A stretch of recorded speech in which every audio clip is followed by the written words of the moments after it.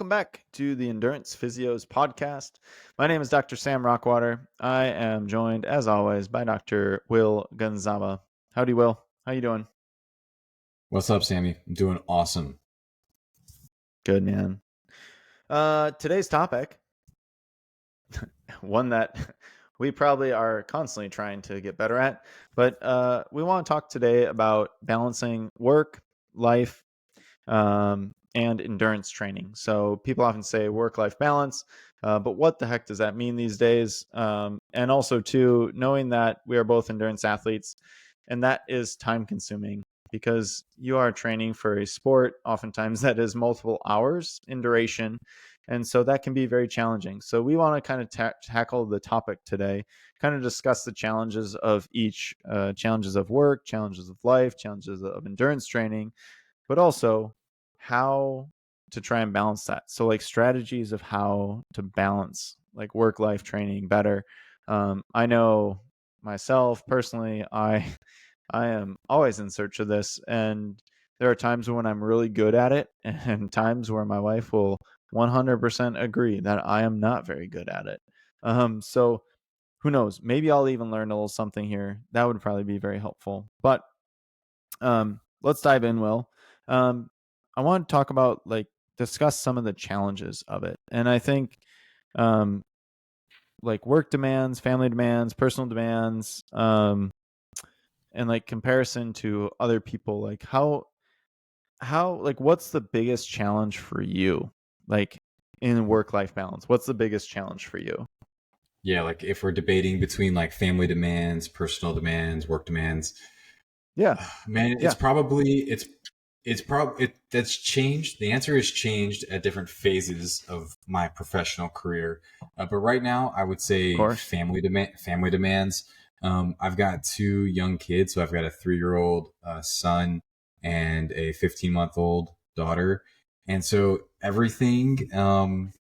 It's really hard to make things happen in the evening or early in the morning because they wake up at like 5 a.m. still, and you're basically with them once you get home from work until about 8 o'clock when they're both in bed. So like that really wipes out like either end of the day unless you're going to be done with your workout at home by 5 a.m., which I just don't have that in me.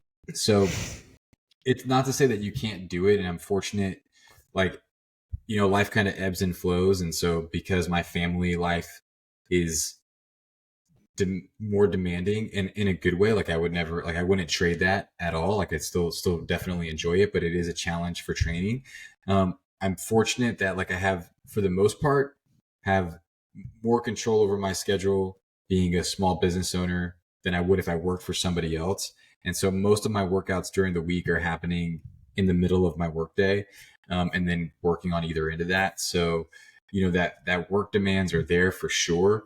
But definitely the family stuff, particularly like on the weekends when you're trying to like it's almost impossible to train for over 2 hours or 2.5 hours. Yeah, that almost requires a babysitter every single time, at least at this stage. So it's all a stage, but Sure. but it's just where we're at. What about you? What do you think? Um Ditto, I guess, in terms of like how it's changed throughout the phases of career, right? So um I've always probably been a workaholic in terms of putting in hours, putting in reps, that kind of thing.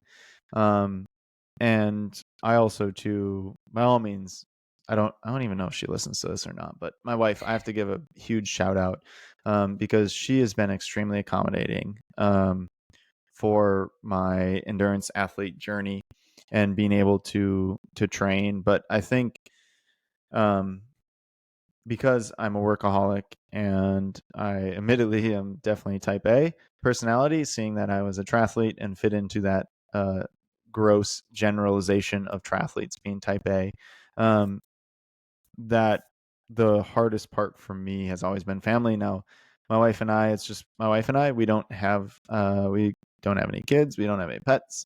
So it's just the two of us, which makes it a little bit easier. I have the fortunate like time to say, hey, on a Saturday, hey, I'm gonna go for like a 4-hour ride. I'll see you in a bit. and she goes out and runs chores and whatever, and um, I'm making it more of a priority to try and be home when I'm home, if that makes sense. So trying Yeah. to like be more present when I'm home.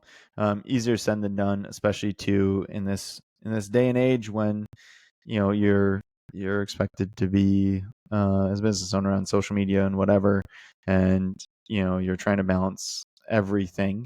But I would say overall the hardest demand for me by far is like the family side of it, or like the personal relationships. Just because I'm a workaholic. I would work from 6 to 9 p.m. if I was not married, and if I didn't have my wife calling me at 6 p.m. going, "Where are you? Are you coming home for dinner?" Um, which, don't Right. get me wrong, I definitely appreciate, because she does keep me in check in that sense.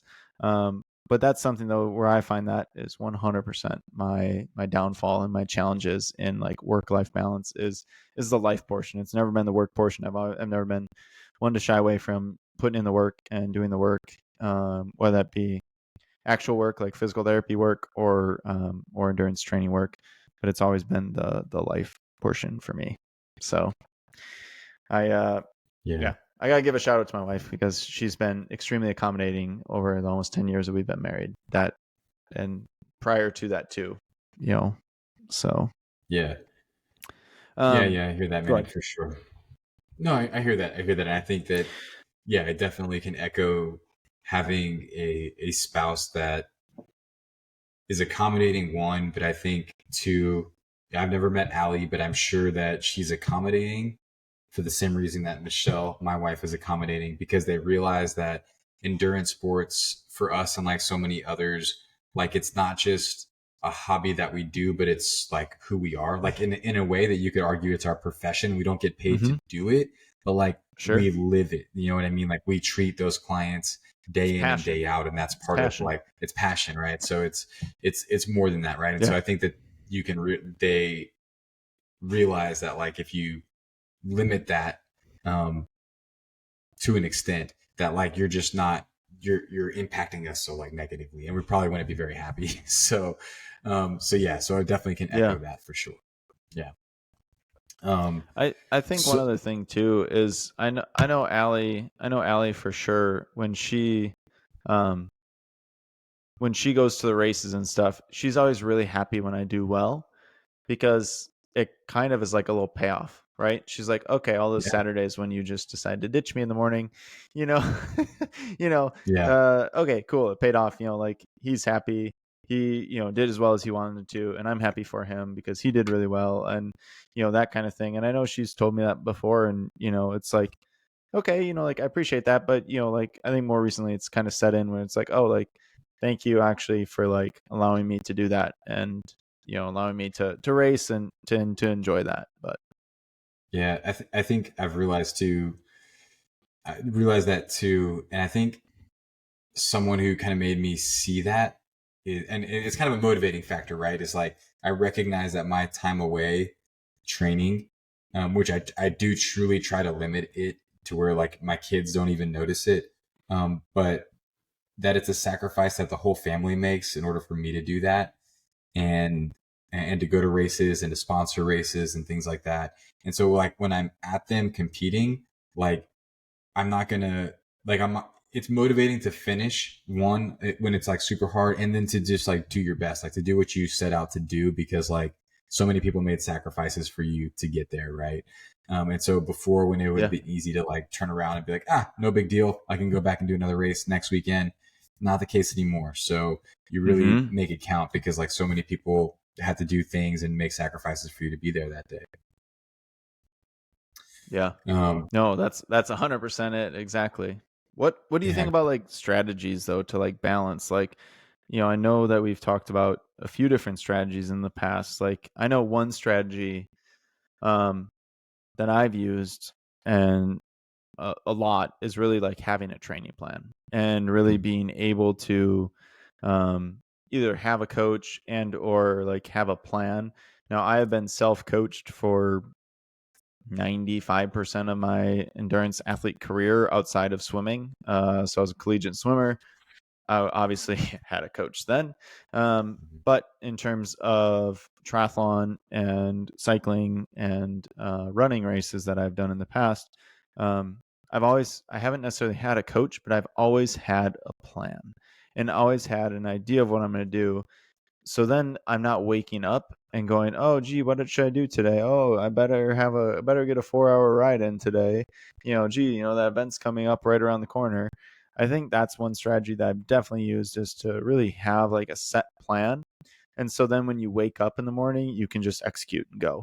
And I think that Mhm. keeps me more on top of things, and it keeps me a little bit better balanced. It keeps me definitely sleeping better because I'm not nervous about that, not worried about what I'm going to do. And also, too, I'm tired and fatigued from the day's training, so I can get better sleep. But those are all side effects, though, of, I think, having a really like a plan in place. It doesn't have to be the world's most perfect plan, which is something that admittedly I try and do all the time. But being able to adapt and just having a plan is so, so important. Um, Yeah. what strategies do you use to like Yeah. what's a De- strategy, I guess? We'll just kind of go back and forth here. What's a strategy that you use? sure. I echo having a plan or a coach. I've had a coach for probably most of the last 13, 14 years, for most of those years. And that's helped Nice. tremendously. But one thing that I've definitely have like ebbed and flowed with, or that I've came to see, is that like you just have to sometimes embrace the different seasons of life, and that at certain times in your life and your career, like you're going to be able to train more, and certain times you're not. And if you can embrace that for what it is, like it makes you accept the training volume that you can realistically do, instead of having unrealistic expectations, which makes you not appreciate where you are in life. And like I can think of like probably three different transitions so far that I've gone through. And like the first one was, kind of thinking back to college, like it was easy to train. Like I could easily tack on a 15-hour Yeah. training week. It was easy, happy to do it. No problem at all. Then you go to grad school. So you go to PT school and you can't do that. And that was a really, really No, hard you adjustment cannot. for me. You cannot. I was lucky to run. In hindsight, I wish I had trained more. That's hindsight, but like I was super type A, stressed, and like just Yeah. really worried about having to take care of that, and or take care of school and do well.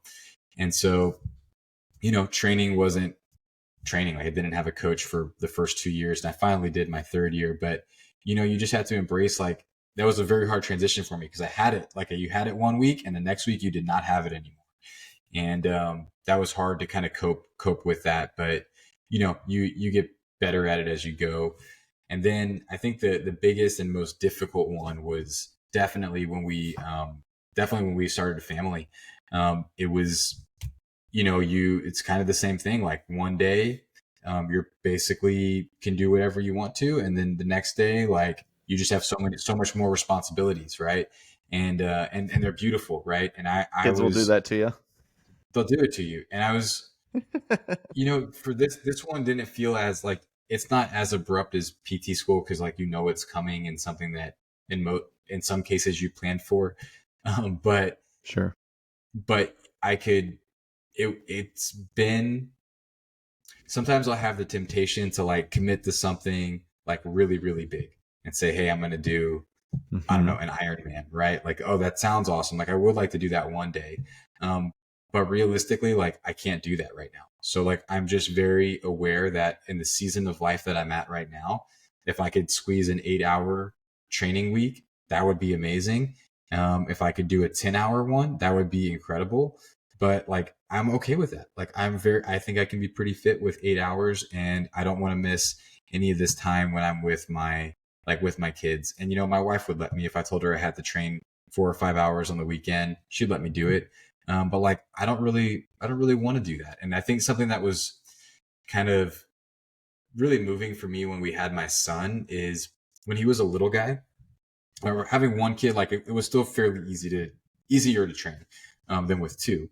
But with him, like I would still go train on Saturday mornings, maybe like 3-ish hours, so not gone all day or anything like that, but um, you still kind of miss those mornings, you know. And I remember one day, or maybe it was raining or Yeah. something, and I didn't go, didn't go train, and I was just home with Michelle and him, and we like went to the botanical gardens, and like we, you know, you have like pancakes for breakfast, or just kind of sleep in and like snuggle, watch cartoons, Small and you're like things, man. The small small things. things, and you're like, shit, dude, that was awesome. Like, how many weeks did I miss of this while I was doing? How many months did I miss of that?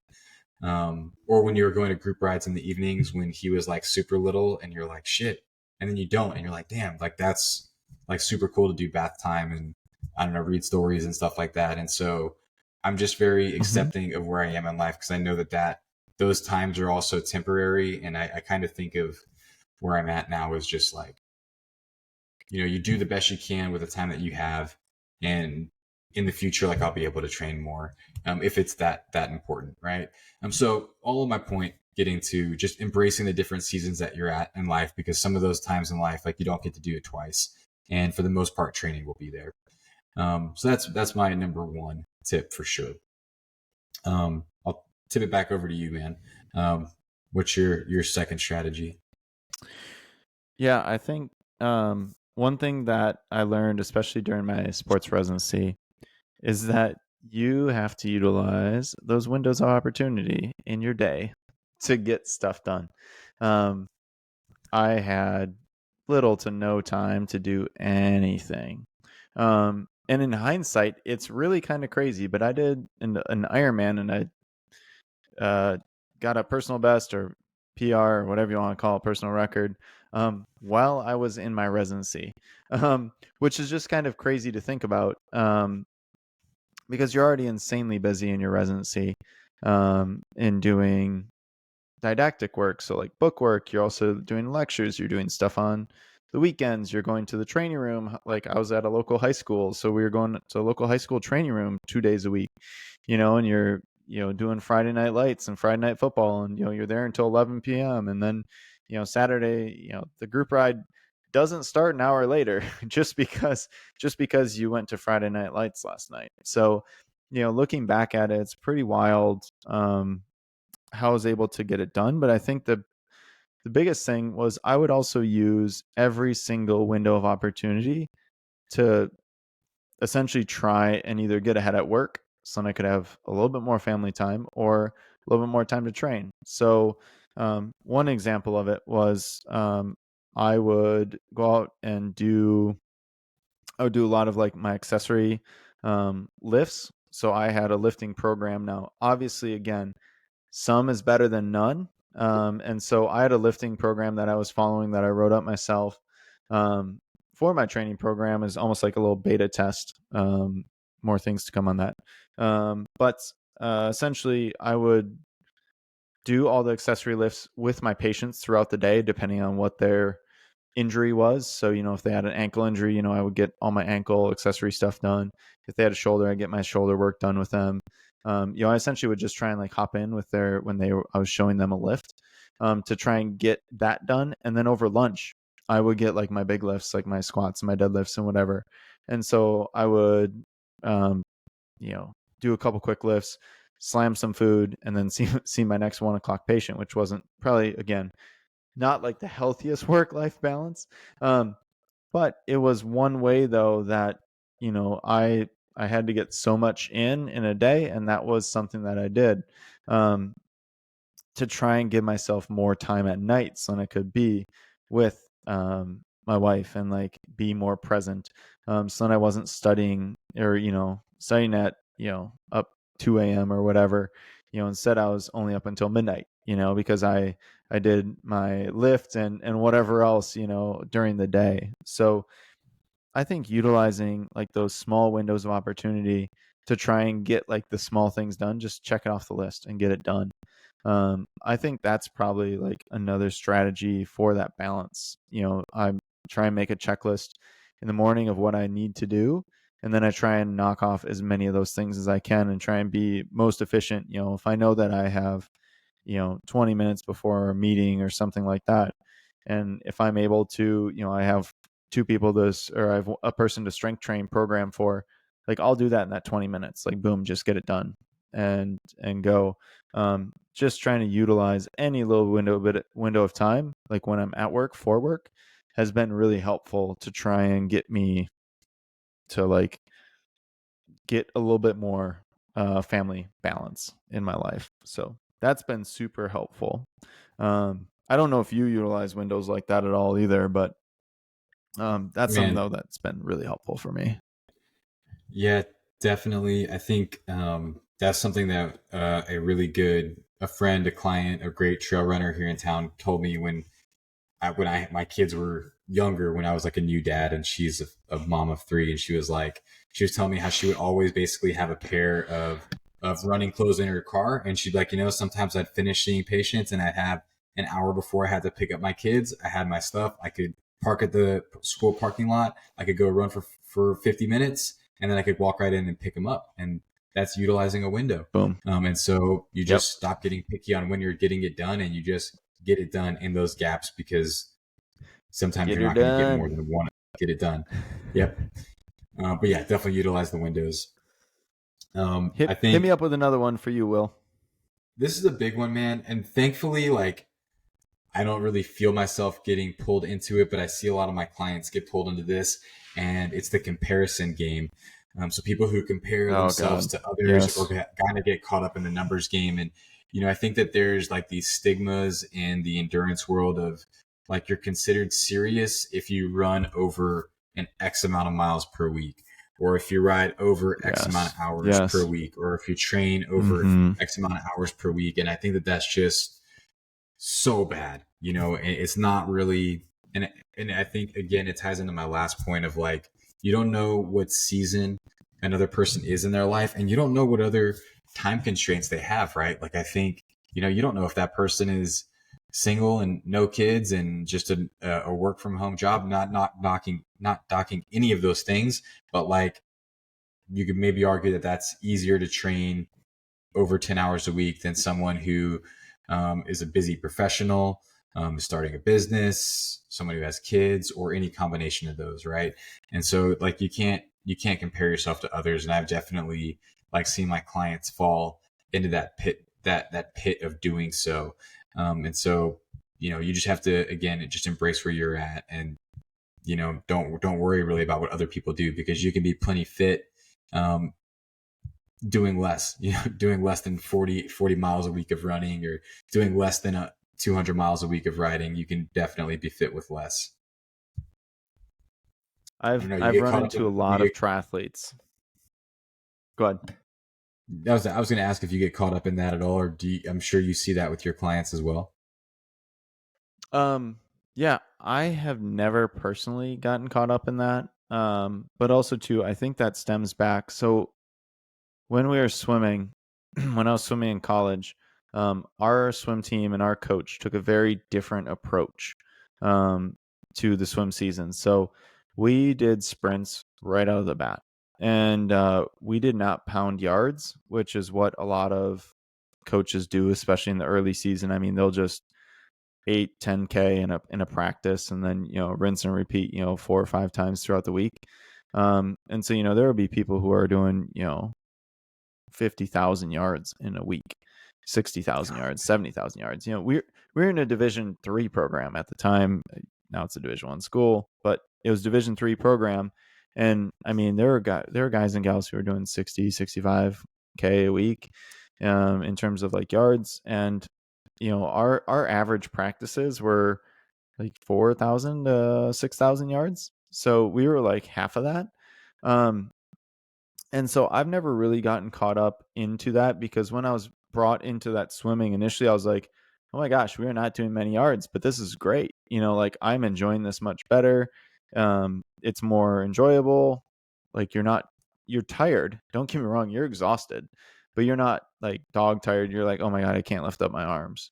Um, and so I never have personally gotten tied into that, just because I think it's that same mentality from the swimming is like, hey, let those people train how they want. Like we'll see how it comes when, we get to, championship season, and we would have amazing tapers, and we would do incredible, incredible time drops. And, everyone would be like, how the hell are you guys dropping so much time? And it was just because we never beat ourselves up like the other teams did. So I never have personally gotten into that. I have worked with a lot of triathletes who have gotten stuck into this, getting caught up on what other people are doing. I've worked with other athletes as well who have gotten stuck into this as well, like a lot of baseball players, always hitting how many days a week, always throwing how many days a week, and you had to get that kind of thing.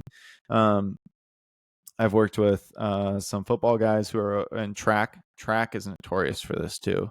Oh, how many track sessions a week are you doing? Oh, you're doing 10? Oh, maybe I should do 10. It's like, no, you don't necessarily need to do that. A lot of triathletes, will use the 250 or 300 mile, normally 300 mile, especially a lot of the pros here will use 300 miles as like a standard for a week.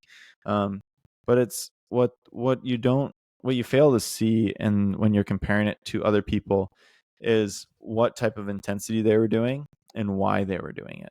And so, I think that's comparing yourself is super dangerous. Really easy to get injuries when you start comparing yourself to other people, just because of how much like mileage one person is doing doesn't mean that's the proper amount for you. So yes, 100%. I have seen that over and over again of people trying to get into like a numbers game and not working very well in the numbers game. Just doesn't work. It's a slippery slope. All It right, is you got slippery slope. any other strategies for striking some balance? I got one more. The other one that and this is something that I preach a ton and that I probably need to do more of, but since I moved to Arizona and I can train year round, that is very dangerous. But that's you talked about having different seasons of life. I'm talking literally having different seasons, like the weather and changing of the seasons. When I lived in Minnesota, you could not, you could road ride in the winter, but you'd be very stupid and you're going to fall and you're going to slip on ice.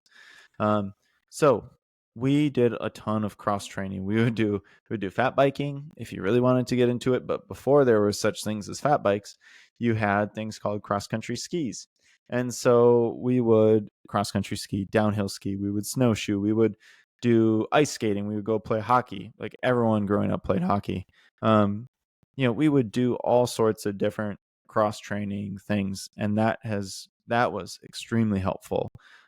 Because when you got to the season, you felt fresh and you felt ready to go, and you were like so excited for the season. There was tons of buzz.